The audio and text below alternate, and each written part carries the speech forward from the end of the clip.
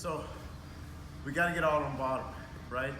And we got to develop some squirminess and some ability to tuck our body and stay small and squirm our way away from our opponent. You got to get your hips away from them. Like we get away from the short sit out, right? And short sit out was one of the first moves my father ever taught me when I was a youngster.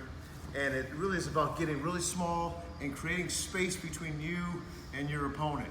I'm not into trying to get reversals for 5, right? I love that stuff. For my own personal wrestling, I'm trying to get 1 and get back to my feet. But either way, we got to get out and we got to create separation. So when we're on the bottom and we're doing this short sit out, and this is going to manifest itself in a lot of different places on the wrestling mat, where we need to get tuck and get separation and get small.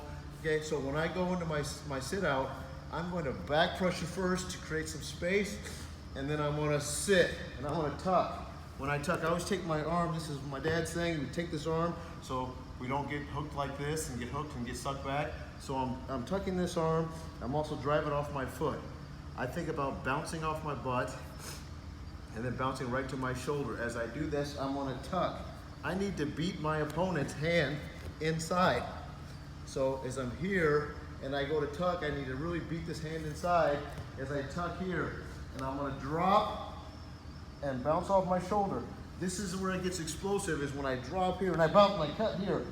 So my hand's going to go underneath my butt and I cut, and that's the separation right there. Okay? If his hand was still around my waist, I could keep the wrist and do some sort of 5-point move. But from here, I can just continue around and come out. And come out, my hips are clear. So continuing to sit out over and over again. Boom, boom. Back pressure, boom, boom. Hips out. Okay? And then teaching your kids to follow that position. It really keeps them learning how to stay close to the hips